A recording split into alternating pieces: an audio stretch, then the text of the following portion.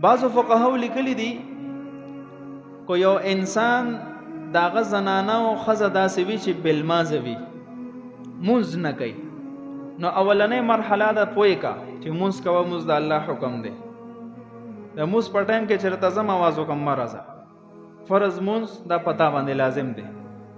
او چې نه کوې ګورې دا سزاګانې هم دي. ښه وصیحت به ورته وکړې، ښه به یې پوی کړې. ستا په خبرو نه پوهېږي، پلار ته ورله ووایه، رور ته ورله ووایه، نورو داسې سمجدارو زنانو ته ووایه چې دا زنانه پوهېږي چې مونځ شروع کړي. د دې هر څه باوجود دا بالمازه ده او مرداره ده، نو بیا شریعت تعالی دا اختیار درکړی چې د دې بالمازې په وجه وله طلاق ورکړي. نو داسې تا د شریعت اختیار درکړی دی.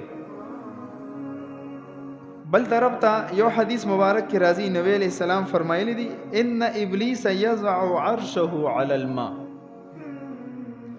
شیطان دا خپل تخت په اوبو